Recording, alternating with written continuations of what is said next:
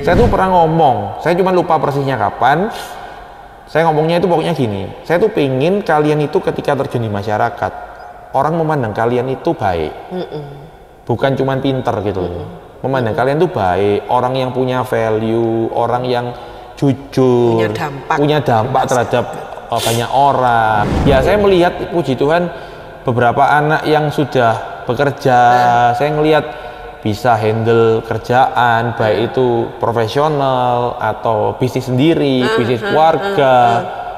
Terus saya ngelihat gimana cara dia memimpin ya, memimpin sebagai atasan di perusahaan.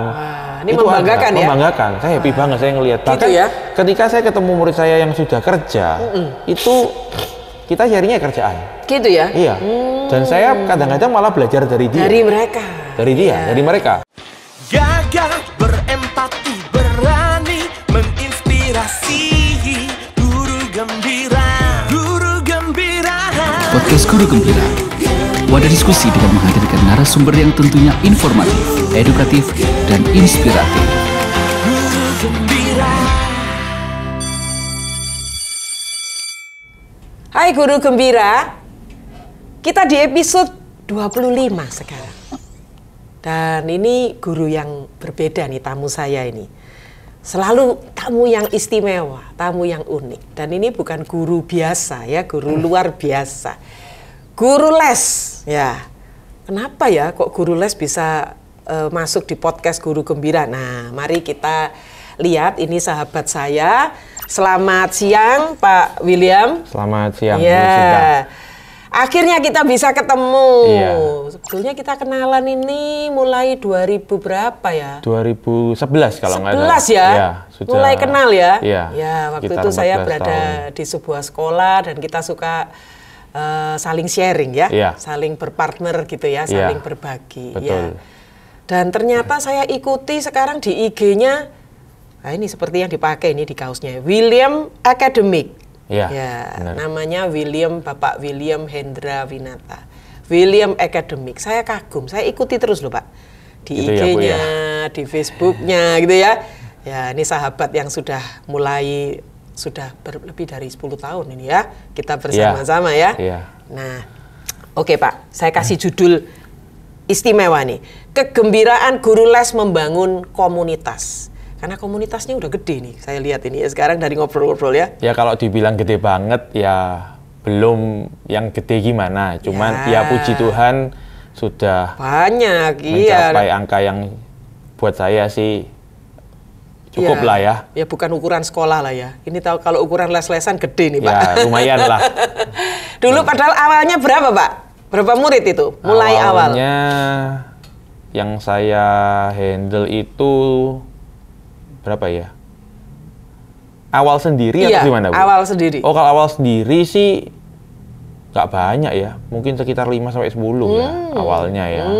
Nggak banyak. Dan di 2011 itu ya?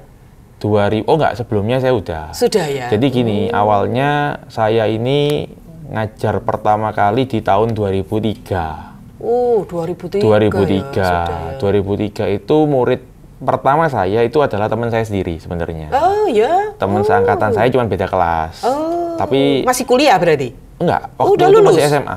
Oh masih SMA bahkan? Oh. Tahun 2003 itu hampir lulus. Jadi beberapa bulan sebelum lulus. Jadi murid pertama saya itu teman saya sendiri. Terus nggak lama kan saya kuliah. Nah kuliah itu mulai bertambah. Gitu. Jadi sambil kuliah sambil ngajar? Ya sambil ngajar. Nah terus sambil ngajar terus semester 3 itu sambil ngasdos juga waktu itu. Nah tapi ada semester yang ketika hektik banget saya memang berhenti untuk tutor. Bukan berhenti ya, break lah. Break dulu karena kuliahnya cukup padat ya, waktu itu 24 SKS, 23 SKS, nggak nutut sih waktunya. Iya, kan diapa-apain kuliah juga harus yang diprioritaskan. Betul. Gitu. Ya. Jadi ini cerita awal ya, perjalanannya membangun William Academic itu dari guru les seperti itu mulai SMA gitu ya. Iya, mulai SMA emang. Iya. Sebelum saya ngajar murid tutor, sebenarnya saya juga cukup sering ngajarin teman-teman. Jadi memang senang gitu ya. Senang. Untuk berbagi ya. Iya, memang di kelas kadang-kadang waktu SMA itu juga teman saya ke rumah saya. Memang seperti itu. Padahal biasanya arek SMA itu kan males ya kalau direpotin teman-temannya gitu ya. Ini malah seneng gitu ya. Seneng. Saya seneng sih. Ya udah datang aja mau ke rumah. Berberapa? Jadi itu sudah benihnya itu ya. Benihnya di situ. Saya ngeliat di situ sih. Iya. Bertiga, berempat ya. Pokoknya seadanya teman aja mau datang aja. Mau belajar, besoknya ujian. Iya. Jadi ya udah saya sambil belajar, sambil ngajarin teman-teman kayak gitu. Ini saya mau tanya, kok guru les? Ya awalnya. Bukan guru lain, tapi guru les spesifik. Itu apa? Jadi kalau guru sekolah itu kan memang harus ada requirement ya, Bu ya. Kan nggak mungkin ketika saya SMA, ketika saya awal kuliah jadi guru sekolah kan nggak mungkin. Jadi awalnya ya pasti guru les atau tutor, yang dimana tutor ini kan memang lebih fleksibel, bisa dikerjakan kapanpun. Terus jadi itu ya. Iya awalnya dari situ. Nggak menjadi satu-satunya gitu ya. Masih bisa ada yang lain yang dikerjakan. Nah, bisa. Terus yang kedua, memang saya pernah ngajar di sekolah. Bukan saya nggak enjoy, saya senang ngajar di sekolah, saya enjoy, saya happy, ya? senang juga ketemu dengan banyak guru, ketemu dengan murid-murid di sana, belajar tentang culture di sekolah itu, saya senang sebenarnya.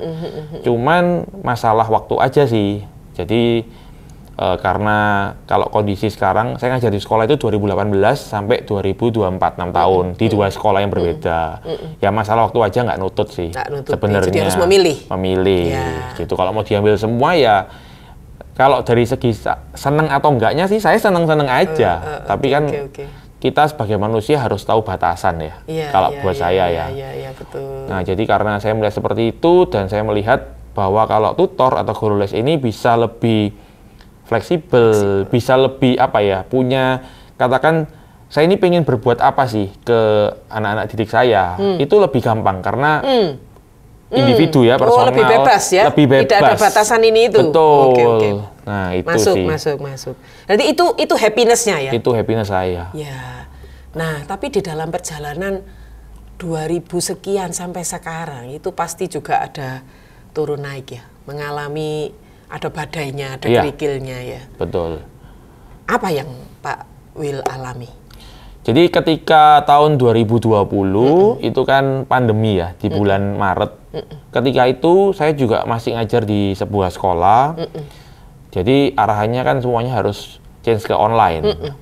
Nah terus tutor pun juga harus di change ke online. Karena waktu itu kan orang-orang pada takut ya, ketemuan, mau ketemuan meskipun school from home semua ya. Semua dari rumah gitu. Jadi meskipun pakai masker juga nggak berani deket-deket. Betul. Gitu kondisinya. Nah, karena saya selama ini nggak pernah ngajar online, semuanya kan langsung ya onsite ya.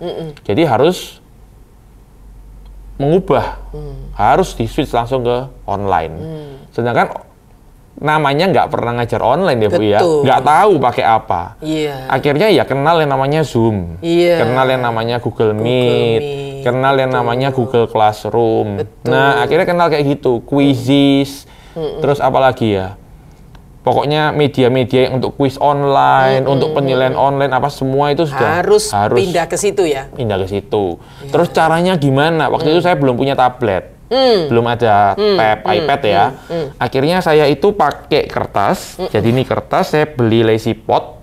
Lazy pot itu yang dijepit, atasnya naruh HP, saya nulis. Nah, terus anak-anak ngelihat dari layar tulisan saya. Tapi itu ada kendalanya. Kendalanya adalah ketika koneksi jelek, pasti yang terbaca ngeblur. Pasti nggak jelas. Nah, nggak kelihatan jelas ya. Nggak kelihatan jelas. Terus zoom-nya waktu itu kan saya juga masih awal ya, karena kan nggak tahu zoom itu sistemnya seperti apa. Ternyata waktu itu zoom-nya kan kalau one on one hanya berdua zoom memang dia bisa lama.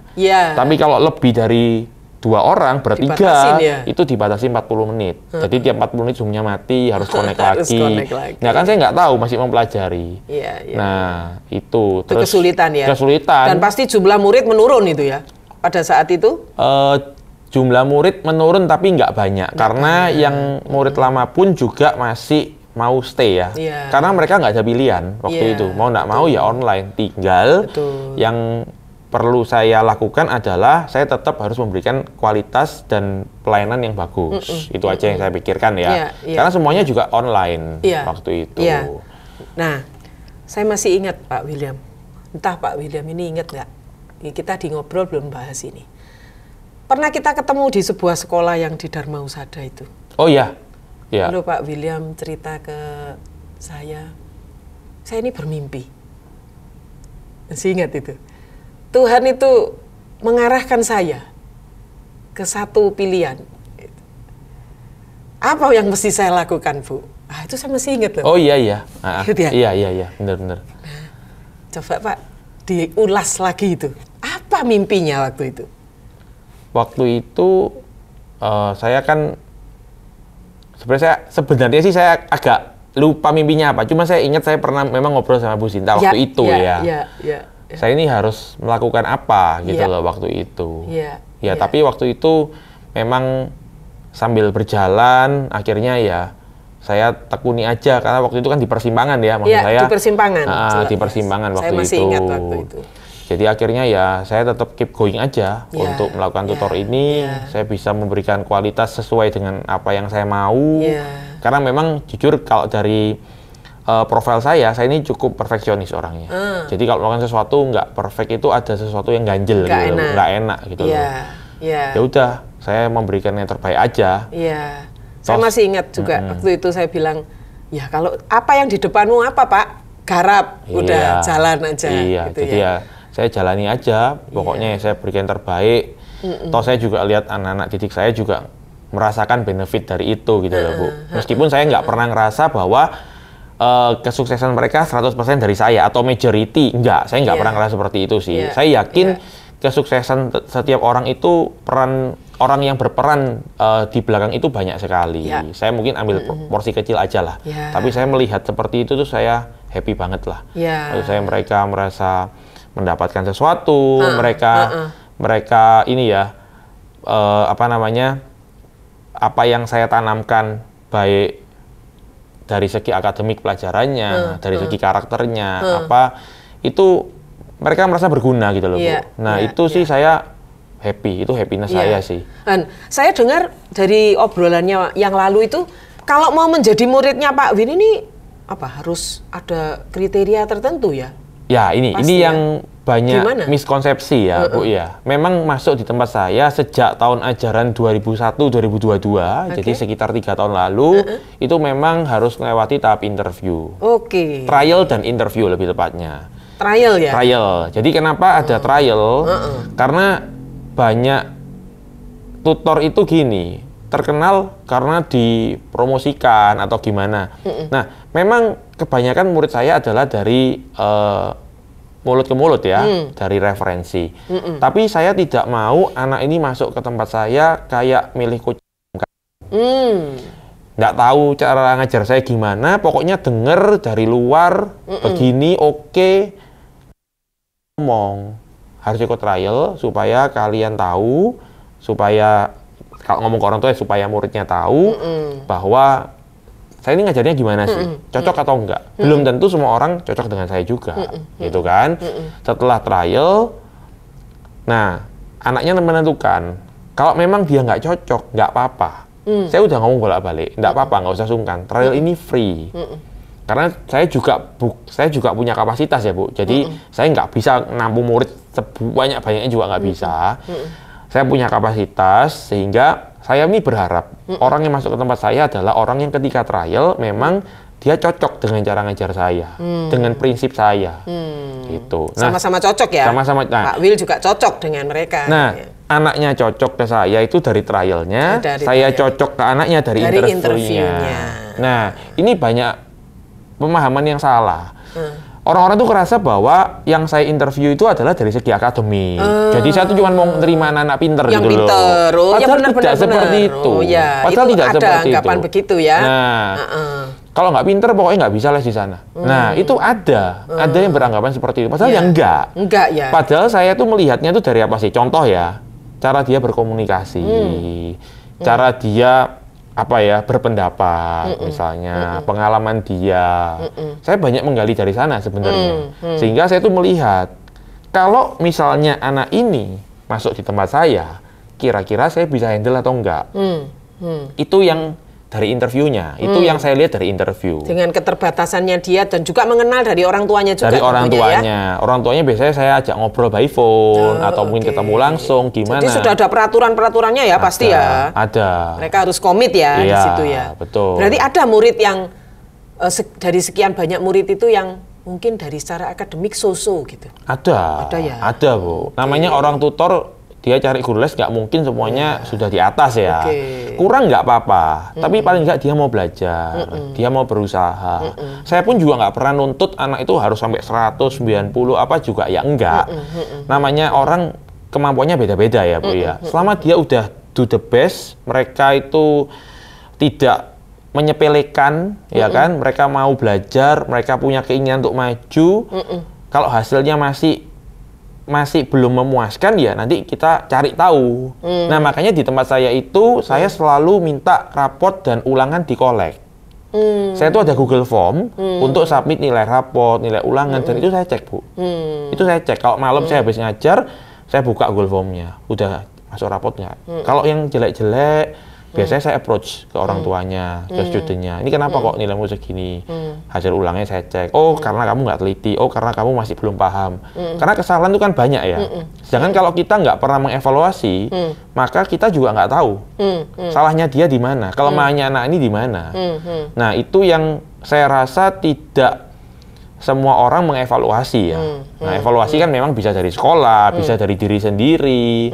Nah, kalau saya sih berusaha membantu di evaluasinya juga. Jadi melihat anak ini kelemahannya di mana. Oke, kalau kurang teliti, solusinya berarti saya arahkan untuk kerjakan lebih banyak soal, misalnya. Kalau kurang ngerti ya berarti saya usahakan untuk menjelaskan ulang. Nah, berarti ada konsep yang dia tidak paham. Nah, itu. Nah, kadang ada orang yang konsepnya bagus, tapi nggak teliti. Saya pernah punya murid seperti itu. Akhirnya saya treat dia. Setelah 6 bulan kalau nggak salah, akhirnya dia jadi lebih teliti. Ini bagus banget konsepnya, tapi saya lihat kok ulangannya kok 9 aja jarang. 8. Setelah saya treat, akhirnya dia bisa lebih baik. Nah, itu kan satu happiness juga ya buat saya ya. Jadi menemukan hal-hal apa yang mesti dioptimalkan. Betul, benar Bu Sinta. Apakah hanya semata-mata untuk mata pelajaran saja? Maksudnya fokusnya di situ? Hanya melihat celahnya, kurang teliti, kurang konsep gitu. Apakah ada hal yang di-capture yang lainnya? Oh, ada. Ya, jadi yang saya lihat ya, yang pertama selain di luar akademik ya, Bu ya, itu adalah cara dia berkomunikasi. Cara dia berkomunikasi. Kadang ada anak itu yang bagus banget dan communication skill buat saya tidak tergantung umur. Saya punya murid kelas 8 itu pun komunikasinya sangat bagus sekali. Jadi ada apa-apa dia ngabarin saya. Orang tuanya udah nggak cawe-cawe. Kelas 8 loh, Bu, ini padahal. Maaf saya nggak bisa, misalnya nih saya berhalangan. Apakah saya bisa minta ganti jadwal ya? Ini maaf saya nggak ngerti. Bolehkah dijelaskan lagi? Itu bisa anak kelas 8. Tapi ada anak katakan kelas 11 atau 12 atau yang SMA yang lebih gede, itu yang komunikasinya susah sekali. Jelek sekali komunikasinya. Pak William mendampingi juga untuk mengarahkan dia? Ya, saya pernah juga pernah juga ngomongin orang tuanya. Tapi memang jujur aja tidak semuanya works. Gitu kan. Kadang ada yang cuma chat, di-read aja. Ya, saya ini juga mempelajari ini ya, generasi sekarang ya, perilakunya. Anak-anak ini gimana gitu loh. Apakah memang anak zaman sekarang tendensinya cuman baca WA, cuman di-read, nggak dibales atau gimana? Nah, tapi memang di tahap tertentu akan saya tegur. Itu kurang etika gitu loh. Bahkan saya juga lately pernah negur anak yang udah tahu salah, ketahuan salah, dia nggak mau minta maaf. Saya sampai pewancing, sampai akhirnya dia sorry. Nah, itu bagi saya penting, Bu. Karena buat saya apa ya? Makanya kan banyak orang yang mengatakan percuma pinter kalau nggak punya aturan, gitu kan? Nah, itu menurut saya betul. Karena etika itu penting sekali kalau buat saya. Penting sekali. Jadi itulah yang saya dampingi juga. Saya lihat karakteristiknya seperti apa. Anak ini bisa diomongi atau enggak. nurut atau enggak. Jadi pelajarannya ini kendaraannya. Ya? Kendaraannya, Ya. betul. Mau fisika, mau kimia, Iya, matematika. matematika. Gitu ya Pak William Iya. ya? Tapi yang terlebih penting tadi etikanya. Etikanya penting. Pelajaran sih penting ya, bukan nggak penting juga. Cuman memang saya akui tidak semuanya akan dipakai ketika kuliah. Betul. Kecuali saya punya murid yang kuliahnya teknik kimia sama kayak saya gitu ya, dia pakai pasti. Oh, iya. Ilmu kimianya pasti Betul, kepake. betul, Dia iya. nanti masuk ke lab, research atau apa pasti kepake. Atau anak yang ngambil katakan apa actuarial science ya, Iya. matematika kan itu, Aktuaria, ya. aktuaria. Pasti kepake. Pasti kepake Iya, matematikanya. betul.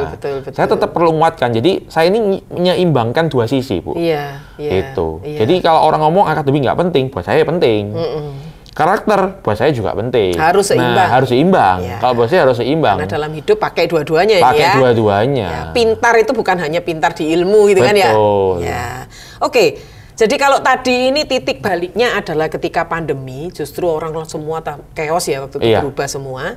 Tapi justru sekarang itu perubahannya malah menjadi blessing ya, menjadi Blessing, berkat ya. betul. Karena berapa muridnya sekarang? Sekarang sekitar 90. Wih, luar biasa. Dari 5 sampai 10 sekarang jadi 90. Dan semuanya online ya. Semuanya online. Sekarang online. Jadi Itu- ada titik balik ketika tahun ajaran 2022-2023 Iya, waktu itu Bu Sinta. iya, betul, Jadi betul. waktu itu kan ketika tahun 2022 bulan Juli itu sekolah udah mulai dibuka ya. Meskipun ada sekolah yang masih masuknya bergantian Iya, iya, atau iya. ketika misalnya gini, ketika masuk bulan Juli terus bulan September kasus naik. Nah, di online kan beberapa hari, Iya, masuk lagi itu kan masih betul, belum stabil. iya. Tapi intinya beberapa tempat juga udah buka onsite, offline. Nah, waktu itu terjadi ini juga salah satu ini terjadi apa namanya kegalauan di saya ya. Ini mau di switch ke offline lagi atau tetap jalan online. Iya. Nah, ketika itu posisi murid saya nggak salah 70 waktu itu tahun 2022-2023. Oke. Waktu itu saya survei ke anak-anak sama ke orang tua. Kalau misalnya saya tetap stay di online, itu berapa orang yang akan tetap stay? Nah, Iya. saya data atau berapa orang yang keluar waktu itu, yang benar-benar nggak mau dan benar-benar cari yang onsite ya. Yang benar-benar nggak mau itu cuma nggak sampai 5 nggak salah. Gitu ya. Jadi 60 lebih itu masih mau online, masih mau. Maka akhirnya sudah switch sekalian Akhirnya ya. switch sekalian. Dan saya mempelajari bahwa ini mungkin adalah tren yang baru. Yes. Tren yang baru Iya. atau bisa juga marketnya terbagi dua. Iya. Iya. Karena saya juga mendengar tempat-tempat yang buka onsite pun Iya, mereka juga punya online. Iya. Nah, iya. jadi kalau saya sih mikir daripada jalanin dua, satu aja tapi dibuat yang bagus.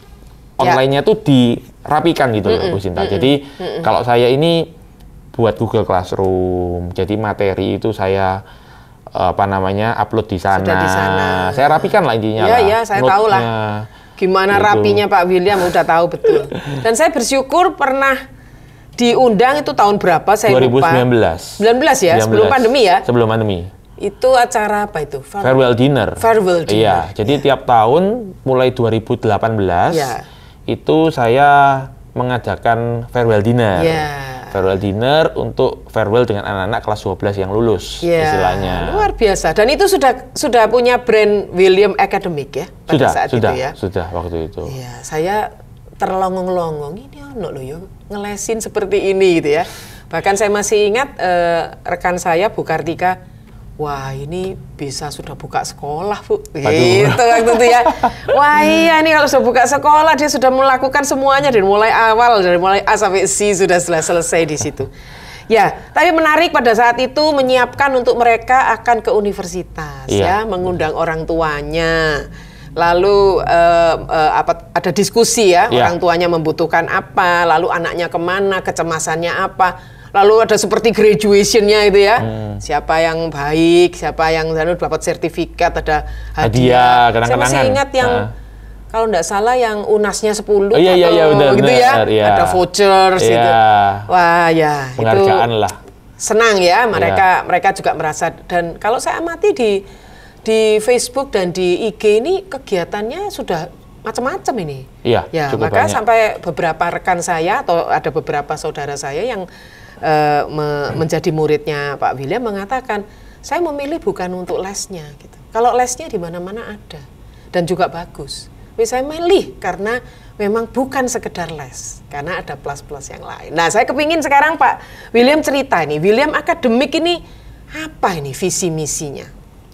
Oke, kalau saya sih pengen ini ya Bu ya, pengen menjadi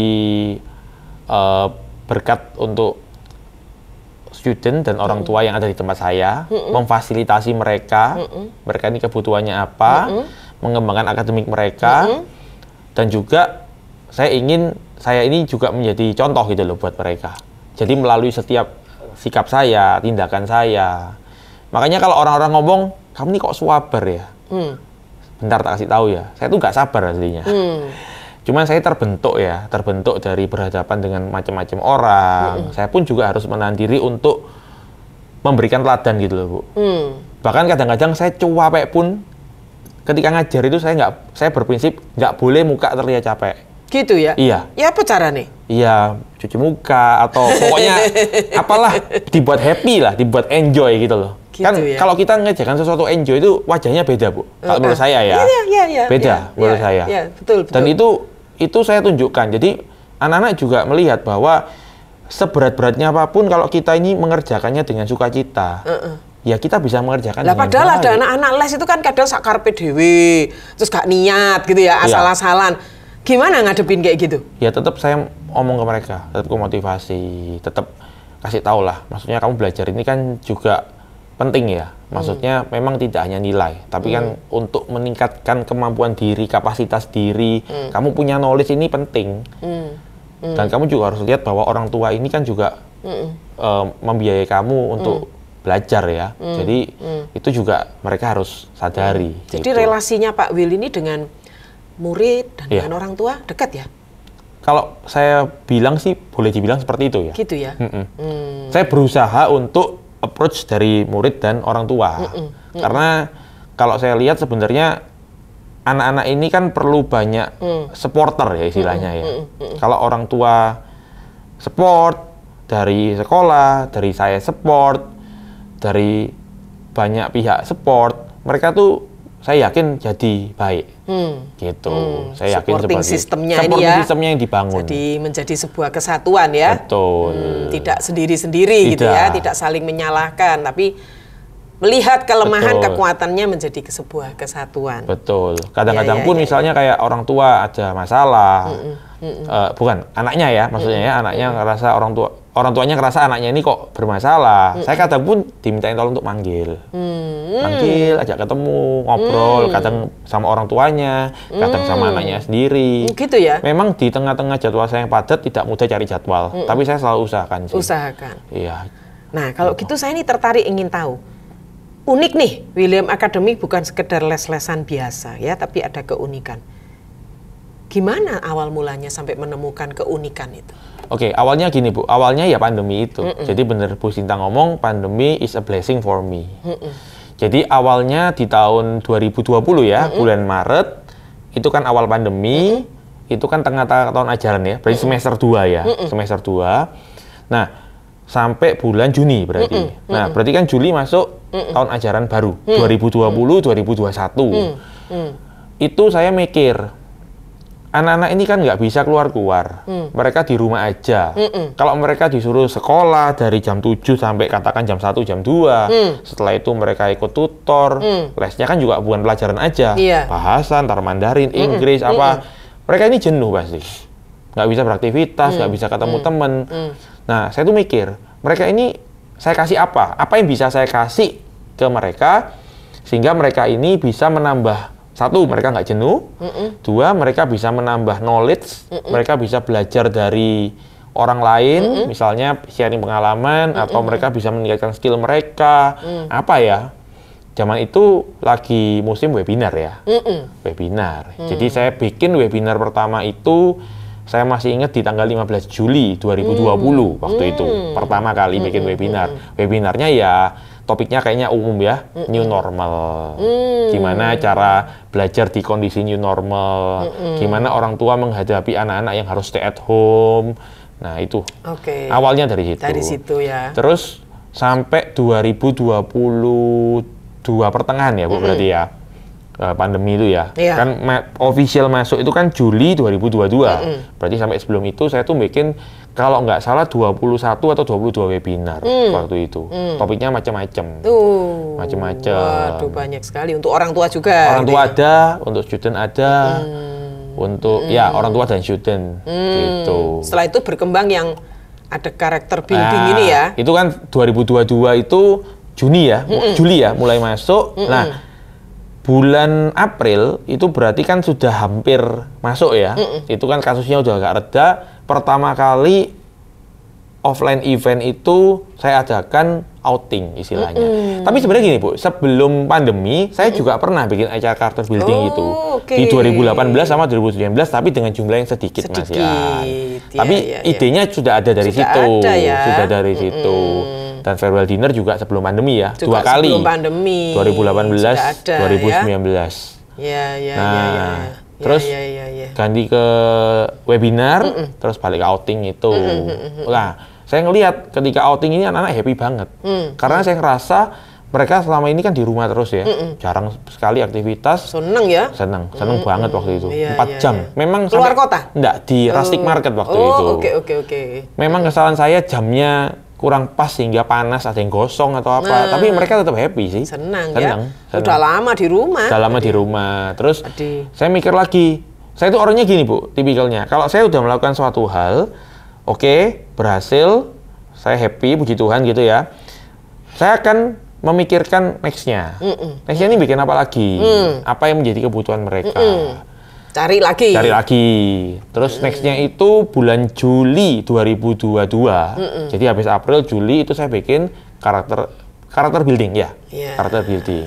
Jadi, karakter building training. Kalau dilihat sekarang ada karakter building, ada farewell dinner, ada seminar-seminar gitu ya. Terus seminarnya ada ya tentang penjurusan mereka untuk ke universitas ya. Universitas itu ini untuk orang tua sih. Iya. Untuk orang tua. Untuk orang tua. Untuk terus membantu. juga ada beberapa yang jadi apa ya? YouTuber atau apa yang diundang. Oh iya. Ya. Kan menarik Makanya ya. puji Tuhan saya kenal dengan orang-orang yang cukup influence di bidang pendidikan itu ya. dari pandemi sebenarnya. Ketika itu saya cari pembicara apa. Ya puji Tuhannya. Dan itu mereka ikut semua ya? Orang tua anak itu antusias mengikuti? Tidak semua, tapi menurut saya cukup banyak. Dan free ya? Free.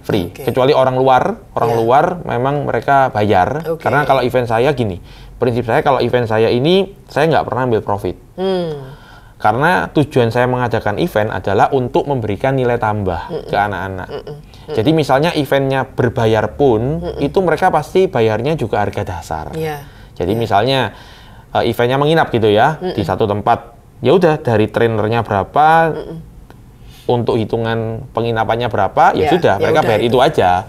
Nah, karena tujuan saya bukan profit di sana, gitu. Tapi kalau misalnya ada event yang, saya masih punya slot, saya open for public, mereka pasti bayar, tapi lebih. Nah, ada for public juga ya? Ada beberapa, tidak banyak for public, tapi mereka bayarnya lebih. Karena memang harus ada perbedaan ya antara student saya dengan orang luar, gitu.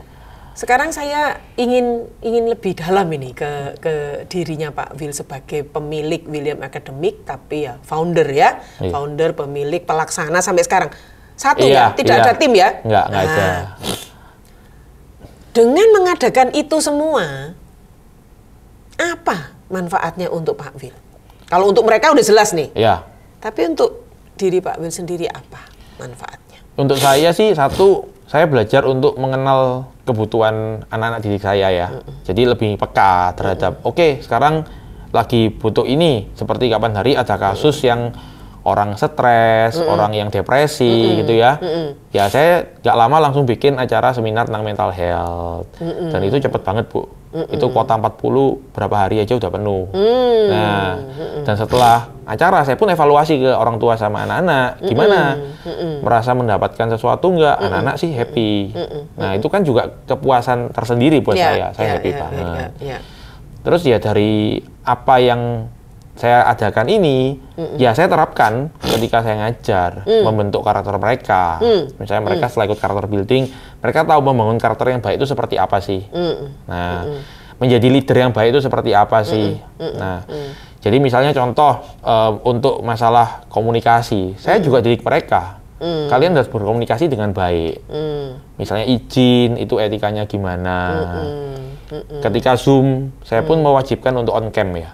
Jadi kalau ketika anak-anak nggak on cam, itu saya wajibkan mereka untuk ngomong. Kenapa? Ya, memang bisa jadi gangguan koneksi. Agak lemot kan on cam, nanti tambah nggak jelas ya Bu ya. Bisa jadi device-nya bermasalah. Saya ajari mereka tuh untuk berkomunikasi gitu Bu. Sebenarnya tuh di situnya. Terus untuk mereka ini supaya terbuka juga. Terus saya ajari mereka juga berkomunikasi, terus jujur juga. Misalnya mereka saya kasih sesuatu tapi mereka belum mengerjakan tuh kenapa? Nah itu perlu tahu. Jadi apa yang dilakukan itu akhirnya kembali juga kepada Pak Wil untuk mencontohkan. Iya, memberikan contoh akhirnya. Jadi dari pengajarannya ini balik lagi ya, Betul. Akademiknya memang itu ya, tapi ini contoh-contoh realita hidup. Iya. Karena mendukung visinya Pak Wil ya. Iya, benar. Ya. Terus ketika misalnya anak berbuat salah, saya juga ngajarin mereka untuk minta maaf apa. Bukan saya gila hormat, bukan. Tapi kan kalau namanya orang salah juga harus minta maaf gitu kan. Supaya gini loh, saya tuh pernah ngomong ke beberapa anak mungkin atau saya lupa, ke beberapa anak atau ketika acara farewell dinner atau end of year. Sekarang ada end of year dinner Bu. Sejak 2022. Jadi tiap akhir tahun itu ada end of year, tambah lagi. Itu pun saya juga selalu ngasih speech apa kan. Saya tuh pernah ngomong, saya cuma lupa persisnya kapan. Saya ngomongnya itu pokoknya gini, saya tuh pingin kalian itu ketika terjun di masyarakat, orang memandang kalian itu baik. Bukan cuma pinter gitu. Memandang kalian itu baik, orang yang punya value, orang yang jujur, punya dampak terhadap banyak orang. Apakah sudah ada dari les yang sekian, mestinya anaknya sudah ada yang lulus universitas ya? Sudah ada yang kerja sekarang. Masih berkomunikasi? Masih. Saya termasuk orang yang cukup sering kontak sama student, maintain hubungan ya. Orang-orang yang memang bisa saya jangkau masih kan ya. Memang beberapa sudah agak jauh, nggak bisa semua, dan kalau semua sih nggak ada waktunya ya Bu ya. Cuma kalau anak-anak kontak saya mau ngobrol apa ya, saya open ketika memang saya ada waktu gitu. Cari waktunya memang susah, nggak gampang. Saya melihat puji Tuhan beberapa anak yang sudah bekerja, saya ngelihat bisa handle kerjaan, baik itu profesional atau bisnis sendiri, bisnis keluarga. Terus saya ngelihat gimana cara dia memimpin ya, memimpin sebagai atasan di perusahaan. Wah, ini itu membanggakan ya? Membanggakan, saya happy banget saya ngelihat. Bahkan ketika saya ketemu murid saya yang sudah kerja, itu kita sharingnya kerjaan. Gitu ya? Iya. Dan saya kadang-kadang malah belajar dari dia. Dari mereka. Dari mereka. Dulu gurunya, sekarang gurunya belajar dari mereka. Mereka handle cara membuat sistem, misalnya gimana, cara menghadapi stres misalnya, terus cara menghadapi misalnya kerjaan yang banyak time management, terus cara mereka misalnya bisnis sendiri ya, bisnis sendiri ini kan nggak gampang juga ya Bu ya, apalagi kalau bisnis keluarga, misalnya dari orang tuanya diteruskan ke dia, itu kan pasti ada peralihan yang dimana itu kan antar generasi, sehingga mungkin ada perbedaan. Mungkin orang tuanya punya prinsip begini, anaknya prinsipnya beda. Nah itu kan gimana kamu cara manage-nya, gimana sharing-sharing. Ya saya tuh amazed, saya tuh bener-bener amazed, saya tuh bener-bener, wih hebat ya mereka ini ya. Dan saya happy sih, maksudnya ngelihat mereka ini punya kemampuan seperti itu gitu loh. Iya. Dan Pak William sendiri tentunya dengan kemajuan teknologi terus belajar. Tapi di dalam subjeknya sendiri, kimia, fisika, matematika, bagaimana menimba perubahan-perubahan ilmu ini? Apakah sama dalam seperti dulu atau apa yang dilakukan? Basicnya sih pasti ada. Kalau basicnya kan namanya ilmu dasar ya, kalau matematika dasar, fisika, kimia, tetap itu. Cuman ya perubahannya ya mesti menyesuaikan sih Bu. Nah, saya sih kapan hari pernah mengadakan acara lab eksperimen waktu itu. Ini yang di bidang kimia ya, waktu itu sempat 3 kali. Belum mengadakan lagi, nyari waktunya agak susah nih. Jadi mereka saya bawa ke lab, waktu itu saya pakai WM, teknik kimia alma mater saya. Jadi mereka eksperimen di sana untuk sama-sama belajar ya. Sama-sama belajar. Pak Will juga belajar, mereka juga. Ya, memang beberapa saya pernah melakukan, tapi ya saya melakukan lagi lah, melihat mereka ada hal yang baru. Kapan hari bikin apa ya? Bikin bad bomb atau bikin, ya itu saya belum pernah. Oh ternyata bikin bad bomb kayak gini. Jadi menerapkan langsung ini kimianya. Kenapa kok dia bisa berbusa? Itu ada reaksi apa, gitu kan? Beberapa emang saya pernah kayak bikin permen jelly itu memang saya pernah dulu. Jadi saya tahu. Jadi diulang lagi. Gitu aja. Jadi ini kalau saya lihat ini yang dikatakan oleh Parker Palmer, ada subject centered, ada student centered, ada teacher centered. Ya. Jadi Pak Will ini sedang menggabungkan semuanya. Kalau saya lihat ya. Teacher centered ya pasti.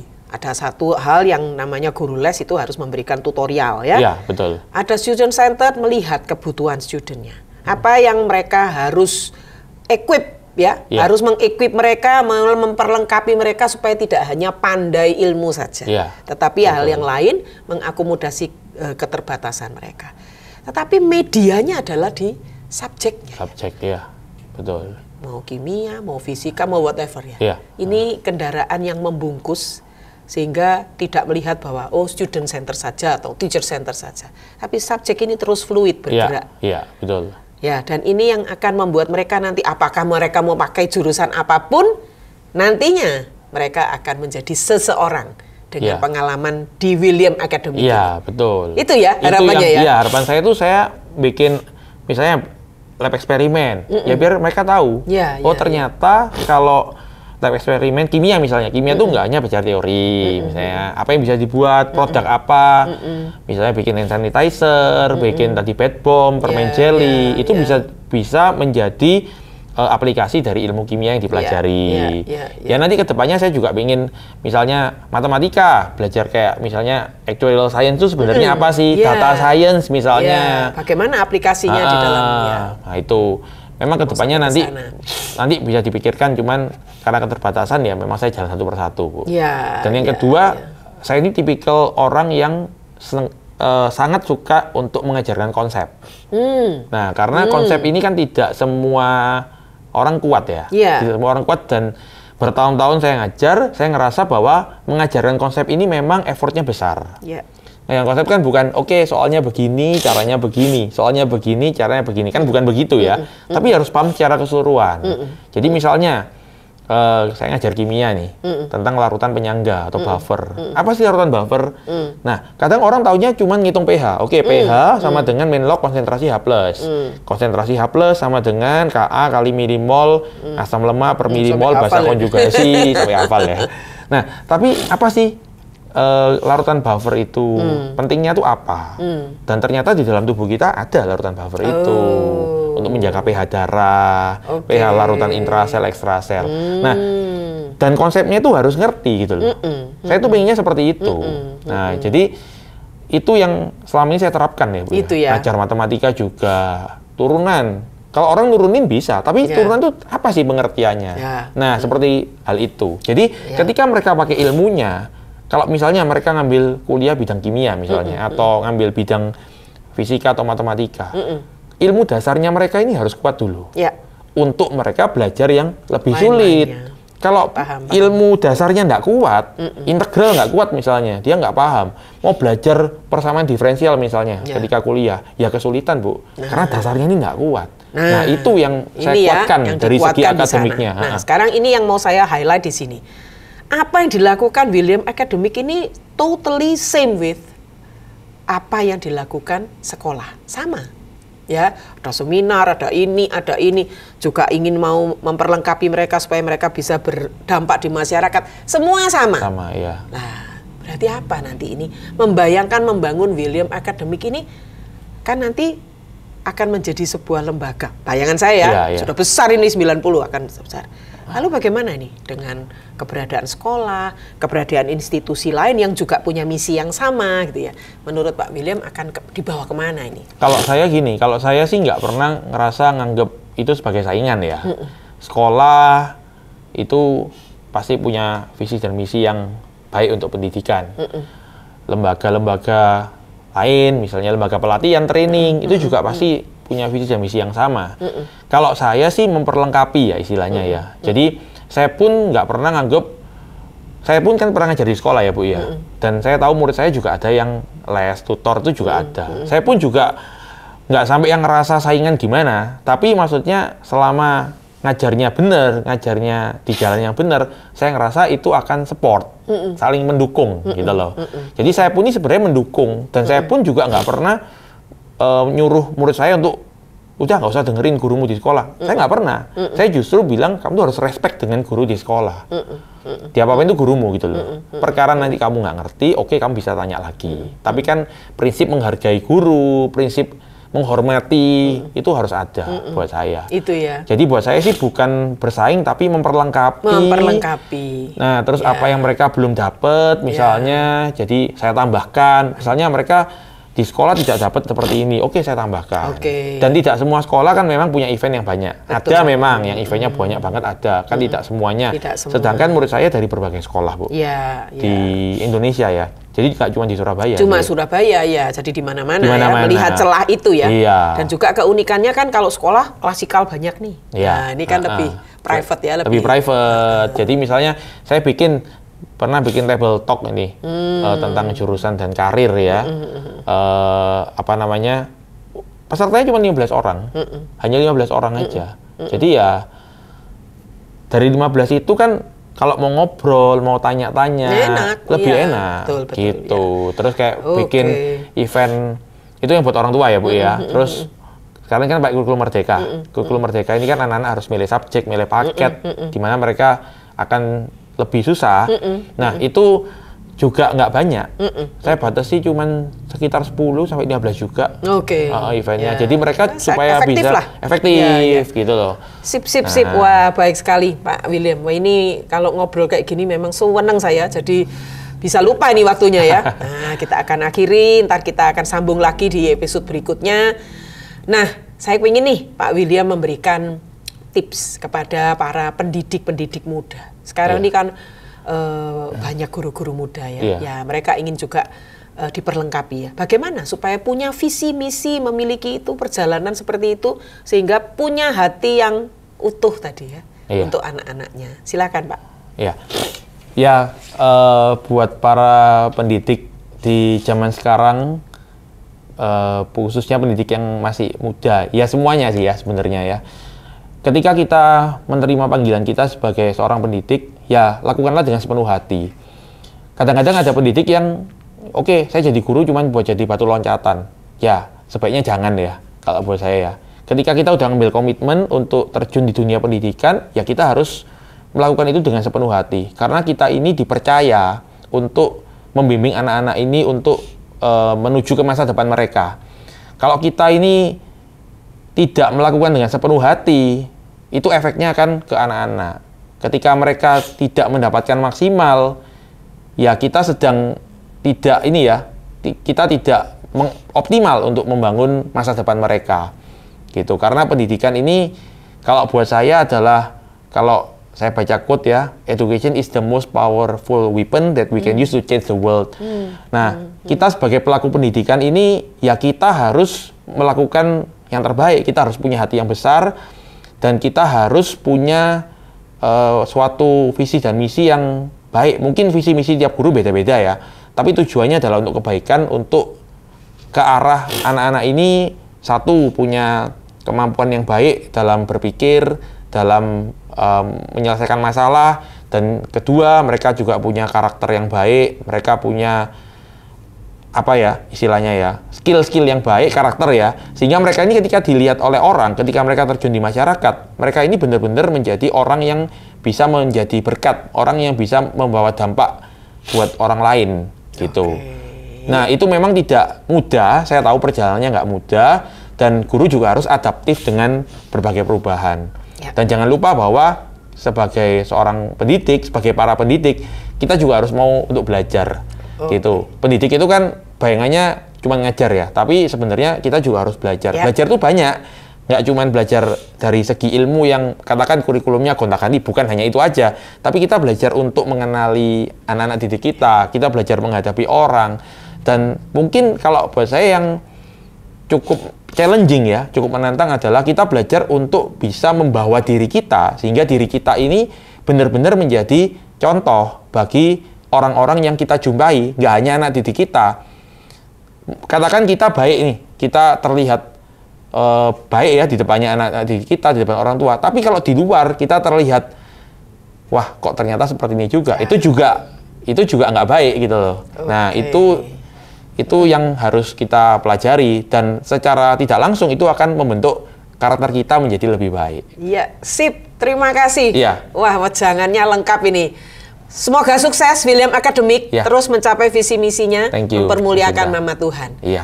Guru Gembira, kita akhiri episode 25 bersama dengan William Academic, pemilik William Academic, Bapak William Hendrawinata. Mari kita semua sebagai guru gembira merayakan kegembiraan kita. Lalu melanjutkan kebanggaan dengan setiap perilaku. Dan kita terus akan membangun komunitas sebagai guru yang gembira dan berdampak di masyarakat. Salam!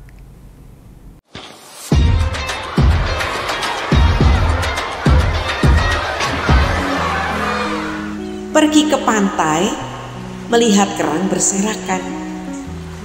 Merasakan hangatnya pasir dan angin sepoi manja. Guru berilmu tercermin melalui sikap, perbuatan, dan tindakan. Selalu siap jadi panutan bagi muridnya. Naik pesawat bagai burung terbang di udara.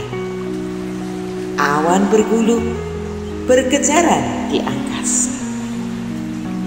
Guru berempati, berusaha mengenali kebutuhan muridnya, menolong agar menemukan cara belajar yang bermakna. Mampir Surabaya rek, ayo mangan semanggi, jok lali ngombe es teh. Guru berdedikasi melakukan tugas dengan sepenuh hati, mengedukasi murid agar cakap dan berkarakter.